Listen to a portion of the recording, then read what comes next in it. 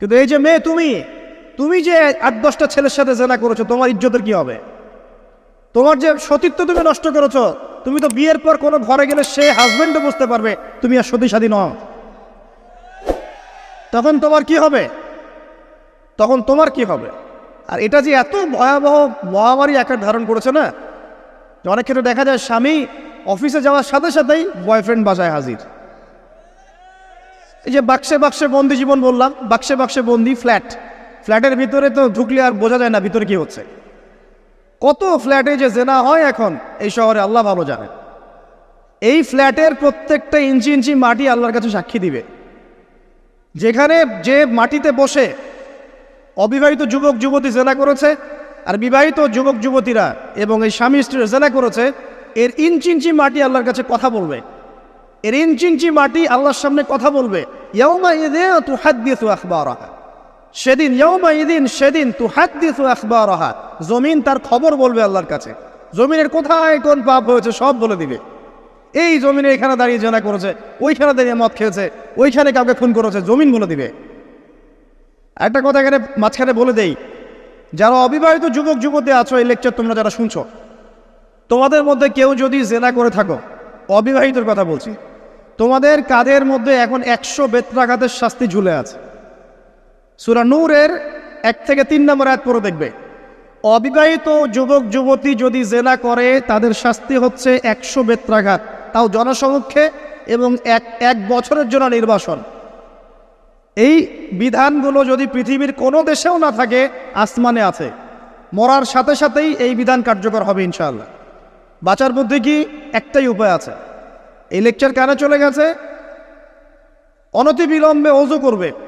অজু করে খালেসভাবে রাতের শেষ রাতে জায়নামাজ বিছাবে।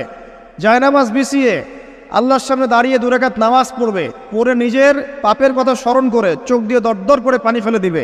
আল্লাহকে সেজদায় গিয়ে বলবে, আল্লাহ আমি জেনা করেছি, আমাকে মাফ করে দাও। আমার এই পাপের কথা কেউ জানে না, তুমি জানো, মাফ করে দাও। এই মাফ নেওয়ার পরে আবার ওই যার সাথে করেছেন ওর সাথে আবার লিঙ্ক আপ করার চেষ্টা করেন না। আসো আমরা জেনা করেছিলাম, আসো বিয়ে করে নেই, এটা সলিউশন না। জেনা করেছেন, আগে তওবা করে ফিরে আসতে হবে, তারপরে পুরো জীবন ইসলামিক লাইফ লিড করতে হবে। আল্লাহ যদি দেখেন যে হ্যাঁ আপনি ঠিকঠাক তওবা করে আল্লাহর পথে চলছেন, আল্লাহ তখন আপনাকে নেককার স্ত্রী দিবে ইনশাআল্লাহ। এই এই এই একমাত্র রাস্তা যুবকদের জন্য এবং যুবতীদের জন্যও। যুবকরা না হলে পার পেয়ে যেতে পারে, কারণ একটা কথা সমাজে প্রচলিত আছে না, যে ছেলে মানুষের ইজ্জত তো সহজে যায় না, গোপন হয়ে গেছে, কেউ জানে না, আল্লাহ মাফ করে দিয়েছেন, সে হয়তো পার পেয়ে গেল। কিন্তু এই যে মেয়ে, তুমি যে 8-10টা ছেলের সাথে জেনা করেছো, তোমার ইজ্জতের কি হবে?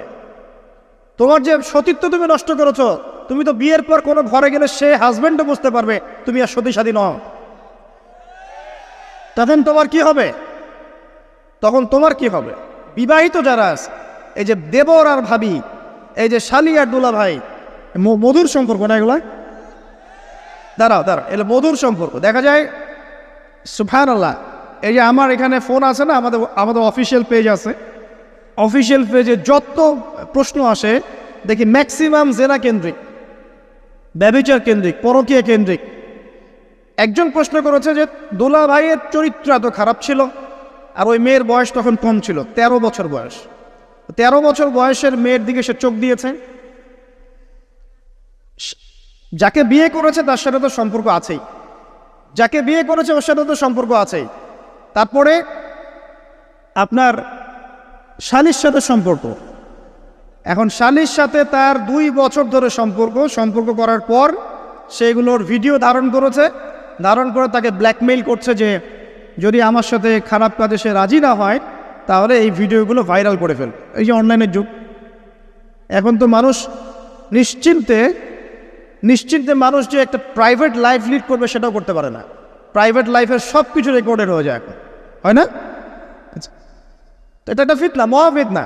এখন সে রেকর্ড করেছে, এইভাবে ব্ল্যাকমেইল করে এই শালীর সতীত্ব নষ্ট করলো। 1 বছর 2 বছর না, 3 বছর ধরে। এখন এই মেয়ে প্রশ্ন করছে পেজের মধ্যে যে এখন তার মানসিক অবস্থা এতই খারাপ, সে জিজ্ঞাসা করছে আমি যদি আত্মহত্যা করি তাহলে আমার পাপ হবে কিনা। এই মেয়েটা যদি আপনার বোন হতো কি করতে না, আল্লাহ না করুক, এই মেয়ে যদি কারো মেয়ে হতো তাহলে কি করতেন আপনি? আপনার কাছের কেউ হলে আপনি কি করতেন? এখানে ওই শাস্তিটা না বলে সামনে যেতে পারছি না।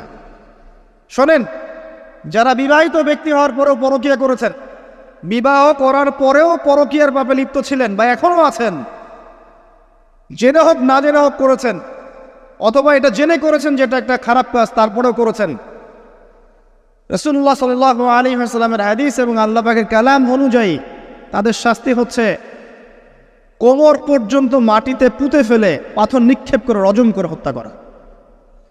ইসলামিক যদি কোনো রাষ্ট্র থাকতো বা এটা যদি হতো, বা এটা যদি ইমামুল মাহদির যুগ হতো বা ওমর রাদিয়াল্লাহু আনহুর যুগ হতো, তাহলে এই শাস্তির বাইরে আপনি চলতে পারতেন না যদি এটা প্রমাণ হতো।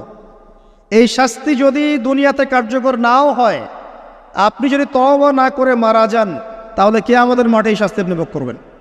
খুব মজা লাগছে পরকীয়া করতে।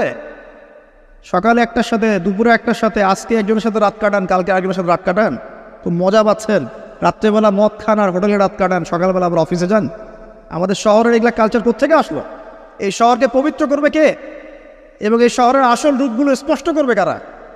খুব মজা পাচ্ছেন এগুলোতে। সুবহানাল্লাহ। একটা বিষয় বুঝাই, ইসলামে কেসাস আছে, কেসাস। মনে করেন আমাকে কেউ হত্যা করেছে, আপনি তাকে হত্যা করতে পারবেন।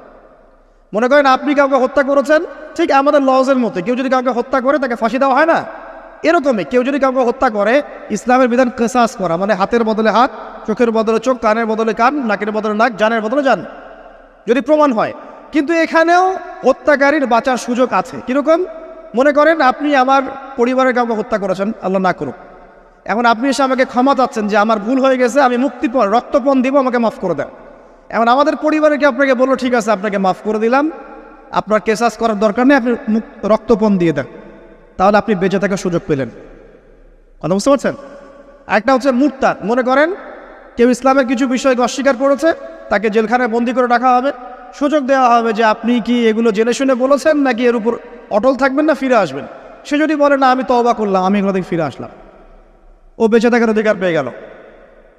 কিন্তু বিবাহিত ব্যক্তি যারা ব্যভিচার করেছে, বিবাহিত ছেলে বা মেয়ে ব্যভিচার করেছে, তওবা করে যদি ফিরেও আসে, রজমের শাস্তি থেকে বাঁচার কোনো সুযোগ নেই। আল্লাহর কাছে ক্ষমা চান, ইস্তেগফার করেন। জেনার ফলশ্রুতিতে সমাজে মহামারী নেমে আসে। জেনা, পরকীয়া, অশ্লীলতার কারণে সমাজে এমন সব রোগ ব্যাধির উদ্ভব হয় যেগুলো কখনো ছিল না। এই শহরটা জেনার শহর। আমাদের এই ঢাকা শহর জেনার শহর। আপনাকে এটা বোঝার জন্য আমার লেকচার না শুনে আপনি পেপার পত্রিকা ঘাটেন, অনলাইন সার্চ করেন, দেখবেন এই শহরে আনাচে কানাচে জেনা হয় এবং ওপেন জেনা হয়, মানুষ জেনাকে হালাল মনে করে। এই শহরের যুবক যুবতী যারা একে অপরের সাথে বয়ফ্রেন্ড গার্লফ্রেন্ড কালচারে লিপ্ত আছে, এটাকে তারা হালাল মনে করে, কেউ হারাম মনে করে না।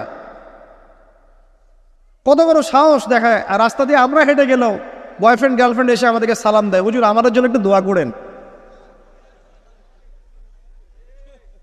তো প্রত্যেকটা পার্কে পার্কে যাবেন, এই যে আপনাদের রেস্টুরেন্টগুলোতে যাবেন, দর্শনীয় যে স্পটগুলো সেখানে যাবেন, দেধার সে জেনা হচ্ছে, জেনা আর জেনা। আমি এই যুগের কথাই বলছি। নবী সাল্লাল্লাহু আলাইহি ওয়াসাল্লাম বলছেন, আমাদের নবী বলছেন, আমার উম্মতের একটা অংশ, সবাই না, আমার উম্মতের একটা অংশ অবশ্যই জেনাকে হালাল করে নেবে, অবশ্যই মদকে হালাল করে নেবে, মদ পান করবে কিন্তু মদের নাম অন্য দিবে, এবং তারা গান বাজনা বাদ্যযন্ত্র নর্তকীদেরকে হালাল মনে করে নিবে। নবী সাল্লাল্লাহু আলাইহি ওয়াসাল্লাম বলেছেন, যখন সমাজে এরকম পাপ বাড়ে তখন সমাজে এমন সব রোগ ব্যাধি আসে যা আগে কখনো ছিল না। এবং এদের ব্যাপারে নবীজি বলেছেন, একদিন সকালবেলা আল্লাহ পাক এদেরকে বানর এবং শুয়োর বানিয়ে দিবেন। কিয়ামতের আগে এই ঘটনাও ঘটবে, বিকৃত হবে। ভূমিধস, ভূমিকম্প, ভূমিধস এবং আকৃতির বিকৃতি, এগুলো আযাব আসবে আল্লাহর পক্ষ থেকে, এই জেনা, এই ব্যভিচার, এই পরকীয়া, নোংরামি, অশ্লীলতার কারণে। ঘরে ঘরে এগুলা বয়ফ্রেন্ড গার্লফ্রেন্ড কালচার। কেউ মনে করে না যে না এগুলো হারাম, কেউ মনে করে না যে আমার এই যে সহপাঠী আমার গায়রে মাহরাম। এই গায়রে মাহরাম শব্দটাই নাই।